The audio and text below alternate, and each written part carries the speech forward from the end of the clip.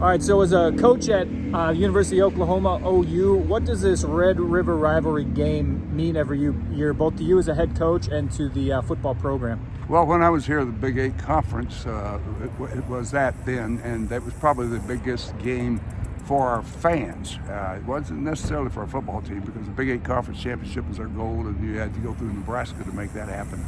And so our two big games were Texas and, of course, Nebraska. But Texas was so important because there's no one ever graduated from the University of Texas went north of the Red River to make it 11, but there's a lot of kids that come to school up here from Texas that go back south of the Red River to make a living. So all over Texas, 30-something million people live in Texas, only 3 million people here in the state of Oklahoma. They have many groups of West Texas and Dallas and Houston of Sooners, and many Sooner clubs, and so it's very important for the Sooner fans that live down there that we win this game for them, for them to live in the communities down there. It makes it a lot better from year to year.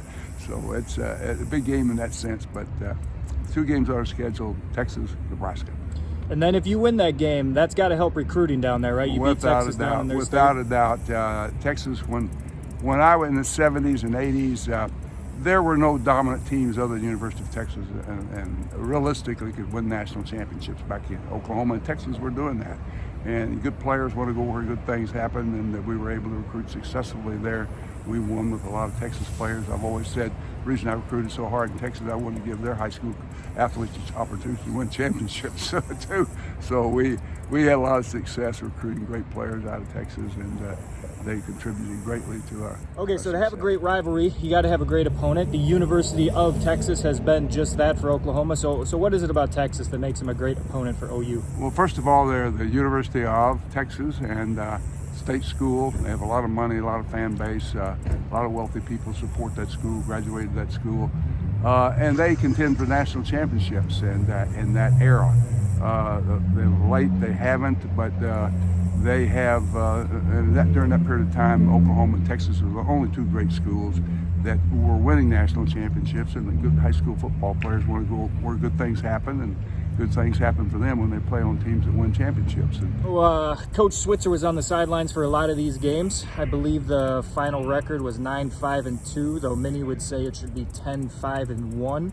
So what is your best memory down there in the Red River game? Well, dropping the snap to kick an extra point with Ubavan Shaman, who never missed an extra point in his career, but he didn't have an opportunity to kick it, so I ended up in a 6-6 tie with Darryl Raw, and I was fortunate enough to have good enough teams that we never lost to Darryl when I was coaching, and he left. Fred Akers came in and did a great job for him, and we always felt like that Texas was the game that determined our success. If we were good enough to beat Texas, we're probably good enough maybe to beat Nebraska. So that was the gauge. The 84 game, the other game that upsets me is the tie game. The other tie we had, 2 ties with Texas, is 15-15. We intercept the pass, it was obvious, everybody knows it.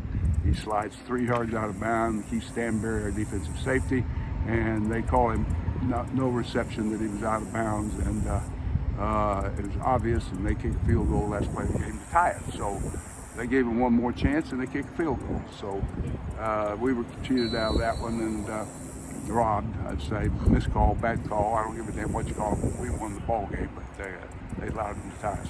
Now that was a Big 8 crew, is that correct? Yes, Butch Coleman was his name. I'll never forget. How about that? I remember that. Butch, I remember that. You made the wrong call, and I was able to tell him that later on in life. I ran into him in Colorado one time. I remember that, Butch. How did Butch react when you reminded him of his left call?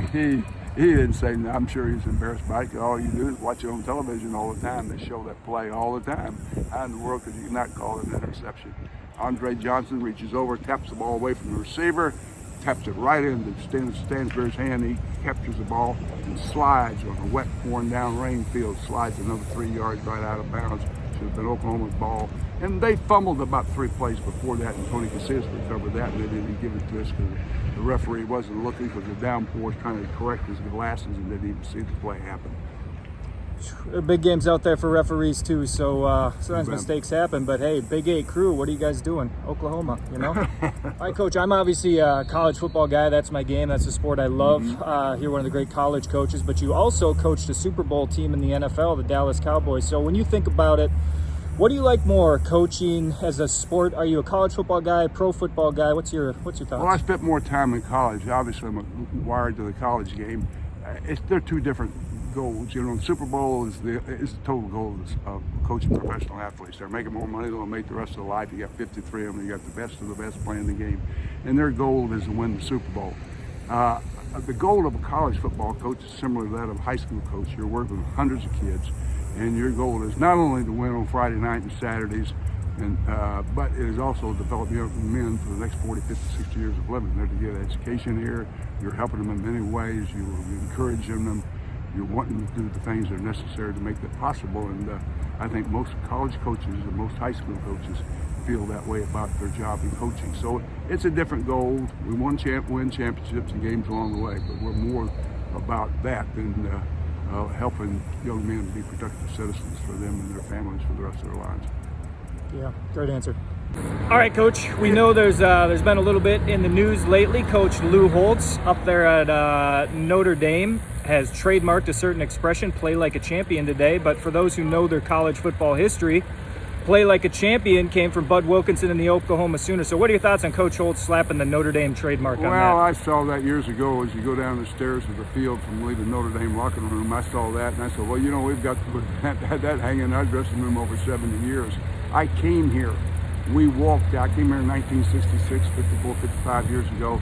Bud had already hung that in their locker room in the 50s. And I don't know exactly what date. I've had different players from that era came in 54, 55 when they won 2 back-to-back national championships. But that sign was there every day, and we slapped it as we went on the field in practice. So for all the time that I've been here, we've walked under that sign, play like a champion today. So what, does Coach Holtz have good attorneys, or what's he got going for him over there? Well, everybody today looks at, they take something and make it into, a monetary success. Hopefully, Blue, you do well and you share it with the rest of us coaches. Hey, we didn't make much back when you and I coached. Remember, we only made about $25,000, $30,000 a year. This damn guy's making $6, $7, $8 million a year. You know, talk about reparations, old football coaches. Yeah, we got to get some retirement salaries for these great coaches who coached before the multi-million-dollar deals. Right. Do yourself a favor. Follow the 5th Down Tour in college football.